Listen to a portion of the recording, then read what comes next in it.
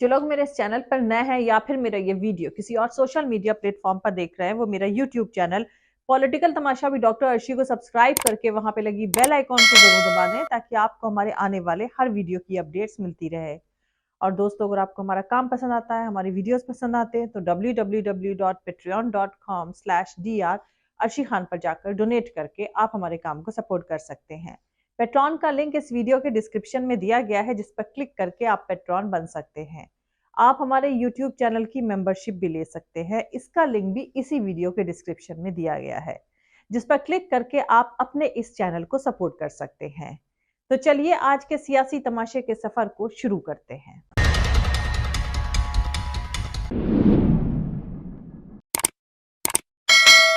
भारत जिसे डाइवर्सिटीज वाला मुल्क कहा जाता है, जहां हर कुछ किलोमीटर के बाद खान पान बोलचाल में बदलाव आ जाता है, जिस मुल्क की ज्यादातर आबादी आज भी अपने 2 वक्त के खाने के लिए दर बदर ठोकरें खाती है, ऐसे मुल्क में बीफ के नाम पर तमाशा सिवाय सियासी फायदों के और कुछ नहीं है। जिस मुल्क में 80 करोड़ अवाम मुफ्त सरकारी राशन पर गुजारा करती हो, जहां भारत गरीबी के मामले में नाइजीरिया को पछाड़ चुका हो, भुखमरी के मामले में ग्लोबल हंगर इंडेक्स में भारत निचले लेवल पर पहुंच चुका है, वहां अपने सियासी फायदे के लिए कुछ खास लोग बीफ के नाम पर आम लोगों का जीना हराम कर देते हैं। दोस्तों, बीफ के नाम पर सियासी तमाशा और किसी का भी कत्ल अब नए भारत में रोज की कहानी हो चुका है। सो कॉल्ड गौ रक्षा के नाम पर अभी तक सैकड़ों मुसलमानों, दलितों और आदिवासियों को कत्ल करा जा चुका है। सिर्फ शक के बेस पर किसी भी मुसलमान शख्स को गौ रक्षा के नाम पर कातिल भीड़ की तरफ से मार डाला जाता है, जबकि दूसरी तरफ इसके ठीक ऑपोजिट, जहां पूरे मुल्क में मुसलमानों को बीफ खाने के नाम पर बदनाम किया गया है, वही भारत में तकरीबन सभी बड़े बूचड़ खानों के मालिक हिंदू कम्युनिटी के लोग ही हैं, जो मुस्लिम जैसे लगने वाले अरबी नामों की कंपनियों के साथ सालाना तकरीबन 3680 मिलियन अमेरिकी डॉलर से ज्यादा का कारोबार करते हैं। बीफ एक्सपोर्ट से जुड़ी डिटेल्स में पूरी इंफॉर्मेशन तो मैं आपको दूंगी ही, लेकिन मौजूदा सियासी माहौल में यह जानना भी बेहद अहम हो चुका है कि भारत की ज्यादातर आबादी क्या खाती है, और भारत की मेजॉरिटेरियन कम्युनिटी वाकई गोश्त मछली से परहेज करती है। दूसरी अहम बात यह है कि किस सियासी तमाशे के तहत इस बात की जरूरत महसूस हुई है कि यह पता किया जाए कि कौन इंसान क्या खाता क्या पीता है, जबकि यह तो किसी भी शख्स का बिल्कुल निजी, बिल्कुल पर्सनल मामला है कि वो क्या खाना पीना पसंद करे। दोस्तों, मौजूदा नए भारत में अब हमेशा ये देखने को मिलता रहता है कि भगवादारी गुंडे हिंदू मजहबी त्योहारों के नाम पर मीट मछली की दुकानों को जबरदस्ती बंद करवाते हुए नजर आ जाते हैं। नवरात्रि के दिनों में ऐसी वारदातें बड़े पैमाने पर होती हैं। कुछ महीनों पहले तो दिल्ली एमसीडी के तब के मेयर की तरफ से एक दकियानूसी फरमान जारी करते हुए सभी गोश्त की दुकानों को नवरात्रि में बंद करने का हुक्म जारी हुआ था। बवाल होने के बाद महोदय अपनी बात से पलट गए थे और फिर एमसीडी के ऑफिसर्स की तरफ से यह कहा गया था कि उन्होंने ऐसा कोई फरमान जारी नहीं किया है। इस मुद्दे का एक और पहलू यह भी है कि भारत में बीफ के नाम पर मुसलमानों की लिंचिंग एक ट्रेंड बन चुकी है, जिसमें अफवाह फैलाकर किसी भी मुसलमान शख्स को जानवरों की शक्ल इख्तियार कर चुकी भीड़ की तरफ से गौकशी के इल्जाम में बुरी तरह मारा पीटा जाता है और यहां तक कि मार भी डाला जाता है। रिपोर्ट के मुताबिक साल 2019 की एक रिपोर्ट की माने तो 3 सालों में 44 लोगों को इन भगवाधारी हत्यारी भीड़ की तरफ से मार डाला गया है। 2015 से 2018 के दरमियान इन आतंकियों की तरफ से 100 हमले करे गए, जिसमें 300 से ज्यादा बेगुनाह लोग इनके टॉर्चर के चलते जख्मी हुए थे। मौजूदा सरकार की तरफ से शाकाहारी को बढ़ावा देना और गौकशी कानूनों की आड़ में निहत्थे और बेगुनाह लोगों की बलि चढ़ाना तमाम सवाल पैदा करता है। मौजूदा सत्ताधारी पार्टी बीजेपी के सैकड़ों नेता और विधायक हैं जिनकी ऐसे मामलों में पुराना इतिहास रहा है। लोनी विधायक नंद किशोर गुर्जर का अपने इलाके में गोश्त की दुकानों को जबरन बंद करने की खबरें आपने अक्सर सुनी ही होंगी। तकरीबन साल भर पहले इन विधायक साहब ने एक एक दुकान पर जाकर दुकानदारों से जबरन दुकान बंद करने का हुक्म दिया था।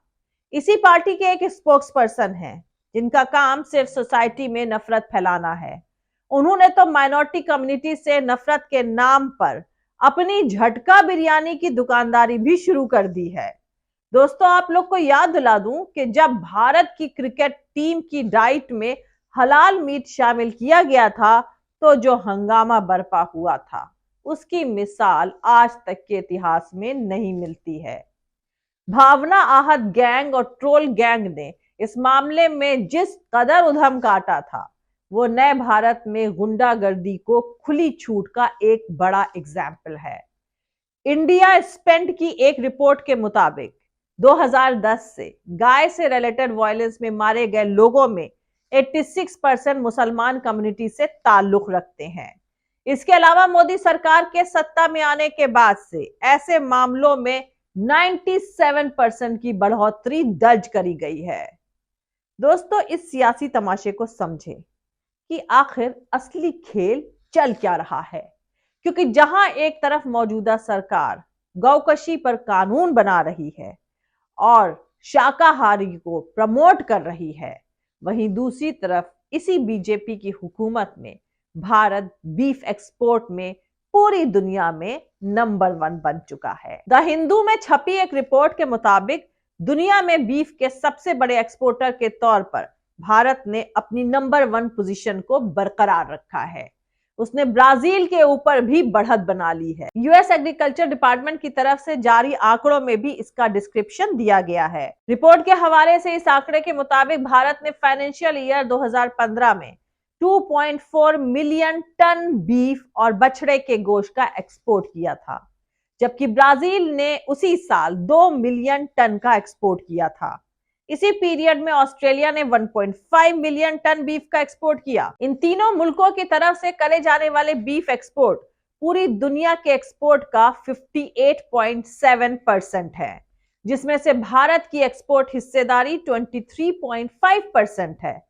इससे भी आगे बढ़कर सबसे अहम बात यह है कि भारत के तकरीबन सभी बड़े बूचड़ खानों के मालिक हिंदू कम्युनिटी के लोग हैं, जिनका सालाना तकरीबन 3,680 मिलियन अमेरिकी डॉलर से ज्यादा का कारोबार है। दोस्तों, अल कबीर मिडिल ईस्ट के चेयरमैन सुरेश सब्बरवाल ने बीबीसी से बात करते हुए कहा था कि धर्म और कारोबार दो बिल्कुल अलग अलग चीजें हैं और दोनों को एक दूसरे से मिलाकर नहीं देखा जाना चाहिए। कोई हिंदू बीफ के बिजनेस में रहे या मुसलमान ब्याज पर पैसे देने का काम करे तो क्या हर्ज है। अल कबीर ने बीते साल तकरीबन 650 करोड़ रुपए का कुल कारोबार किया था। वहीं Maharashtra food processing and cold storage के पार्टनर सन्नी खट्टर का भी यही मानना है कि धर्म और धंधा दोनों अलग अलग चीजें हैं और दोनों को मिलाना गलत है। वो कहते हैं मैं हिंदू हूं और बीफ के कारोबार में हूं तो क्या हो गया, किसी हिंदू के इस बिजनेस में होने में कोई बुराई नहीं है। मैं ये कारोबार करके कोई बुरा हिंदू नहीं बन गया। दोस्तों, अब दूसरा सबसे अहम मुद्दा है कि क्या भारत सच में शाकाहारी मुल्क है। इसके बारे में जानने के लिए हमें नेशनल फैमिली हेल्थ सर्वे 2015 से 2016 और भारत सरकार की जनगणना 2011 के आंकड़े देखने होंगे।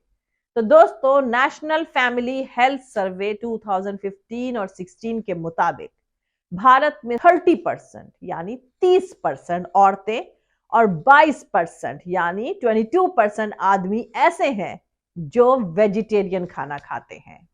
ये ऐसे लोग हैं कि जो गोश्त, मछली और अंडे नहीं खाते हैं।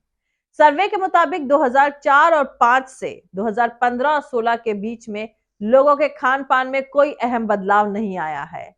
वहीं जनगणना 2011 के बेस पर बनी बेसलाइन रिपोर्ट 2014 के मुताबिक सबसे ज्यादा वेजिटेरियन लोग राजस्थान में हैं, जहां पर तकरीबन 74% आबादी शाकाहारी है।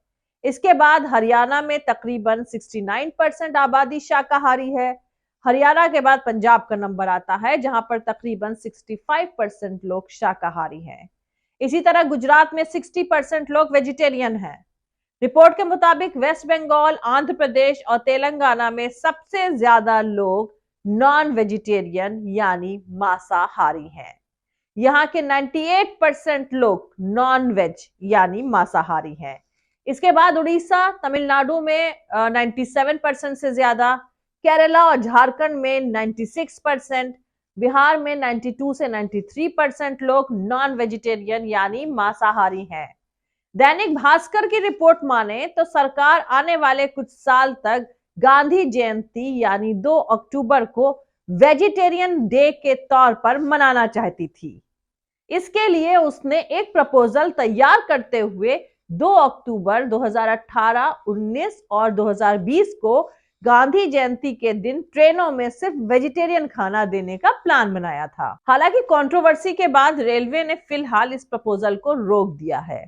मौजूदा सरकार भले ही कई अपने सियासी एडवांटेजेस के चलते मुल्क में वेजिटेरियन होने को प्रमोट कर रही हो, लेकिन आंकड़े तो कुछ और ही कहते हैं।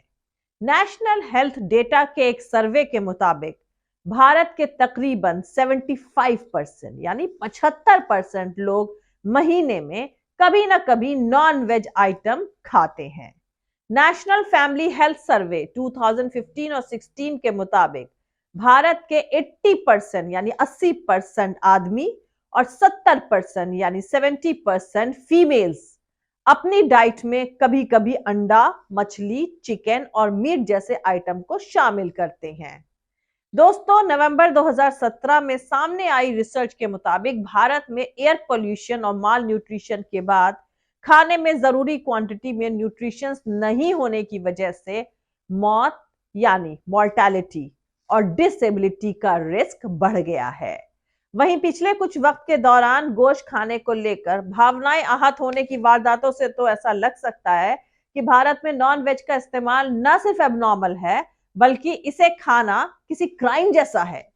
2019 और 2021 में करे गए national family health survey NFHS 5 के लेटेस्ट स्टेप में बताया गया है कि 3 में से 2 इंडियन नॉन वेजिटेरियन यानी मांसाहारी हैं। दोस्तों, स्टेट वाइज डेटा से पता चलता है कि देश के नॉर्थ और सेंट्रल हिस्से में वेजिटेरियंस ज्यादा कॉमन है और यहां तक कि लेडीज यानी औरतों के मुकाबले नॉन वेजिटेरियन खाने का इस्तेमाल करने वाले मेल्स की तादाद ज्यादा है। NFHS 5 के आंकड़े बताते हैं कि औसतन सिर्फ 23% औरतें और 15% आदमियों ने कभी भी चिकन, मछली या गोश्त का इस्तेमाल नहीं किया है। इसका मतलब है कि भारत में हर 4 में से 3 औरत और 6 में से 5 आदमी गोश्त खाता है, चाहे हर दिन या वीकली या फिर कभी कभार। जबकि दूसरी तरफ डाउन टू अर्थ की एक रिपोर्ट के मुताबिक नॉन वेजिटेरियन डाइट यानी मांसाहार छोड़ वेजिटेरियन अपनाने से भारतीयों में बीमारियां बढ़ी हैं। खाने में बदलाव के चलते अच्छी सेहत और लंबी उम्र के साथ ऊंचे कद, छरहरे बदन वाली नस्ल के तौर पर मशहूर इंडियंस अब मोटापे और बीमारियों का शिकार हो रहे हैं। आज 70% इंडियन गोश्त, मछली या अंडे खाते तो हैं, लेकिन कभी कभार या फिर बहुत कम। हरित क्रांति के बाद फसलें अपनी ज्यादातर फाइबर एलिमेंट्स खो चुकी हैं। खाना मुलायम और ज्यादा टेस्टी हो गया है। ये बदलाव अभी भी जारी है।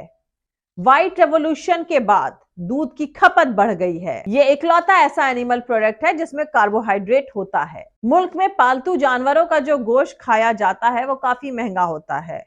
1900 के दशक में एग्रेसिव एडवर्टीजमेंट्स के जरिए नॉन वेज की खपत को जानबूझकर कम किया गया था। इसमें इस ख्याल को फैलाया गया था कि गोश्त सेहत के लिए ठीक नहीं है और एग्रीकल्चर प्रोडक्ट सेहत के लिए बेहतर हैं। दोस्तों, अगर हम 100 ग्राम कच्ची दाल का कंपैरिजन 100 ग्राम कच्चे मांस से करें तो दोनों में 20 ग्राम प्रोटीन होता है, लेकिन 100 ग्राम कच्ची दाल में 46 ग्राम कार्बोहाइड्रेट भी होता है, जो ब्लड शुगर में बदल जाता है और शख्स को डायबिटीज का मरीज भी बना सकता है। इसके ऑपोजिट 100 ग्राम कच्चे मीट में कार्बोहाइड्रेट की क्वांटिटी 0 होती है। कार्बोहाइड्रेट की बड़ी खपत ने भारत को दुनिया की डायबिटीज कैपिटल बना दिया है। आज भी एक फैक्ट है कि देश में ज्यादा आबादी अच्छे प्रोटीन वाले खाने के लिए गोश्त, खास तौर पर बीफ पर डिपेंडेंट है। एक खास बात और कि सब्जी के मुकाबले बीफ आज भी आम लोगों के लिए सस्ता और किफायती खाना है। भारत के 75% आबादी के नॉन वेजिटेरियन होने के बावजूद भी जबरदस्ती वेजिटेरियन का राग अलापना अपने आप में कई सवाल पैदा करता है। अपनी नफरती ख्वाहिशों को पूरा करने के लिए भावना आहत गैंग जबरदस्ती देश को वेजिटेरियन बनाने की नाकाम कोशिश कर रहा है, जबकि हकीकत तो यही है कि भारत की ज्यादातर आबादी नॉन वेजिटेरियन यानी मांसाहारी है। बीफ के नाम पर लोगों का खूनी भीड़ की तरफ से मारना पीटना और ऐसे ज्यादातर मामलों में सरकारों का रवैया मौजूदा सरकार की म्यूट सपोर्ट की तरफ इशारा करता है। भारत की खूबसूरती यही मल्टी कल्चरल सोसाइटी है, जिस पर बदनसीबी से गिद्धों ने अपनी बुरी नजर गड़ा रखी है। पर इस खूबसूरती को मिटाना इतना आसान है नहीं जितना ये गिद्धों का गैंग सोच रहा है।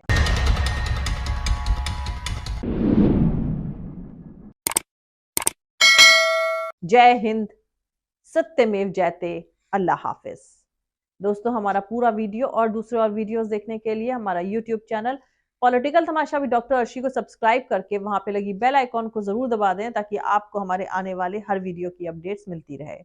और दोस्तों, अगर आपको हमारा काम पसंद आता है, हमारे वीडियोस पसंद आते हैं, तो www.patreon.com/dr अर्शी खान पर जाकर डोनेट करके आप हमारे काम को सपोर्ट कर सकते हैं।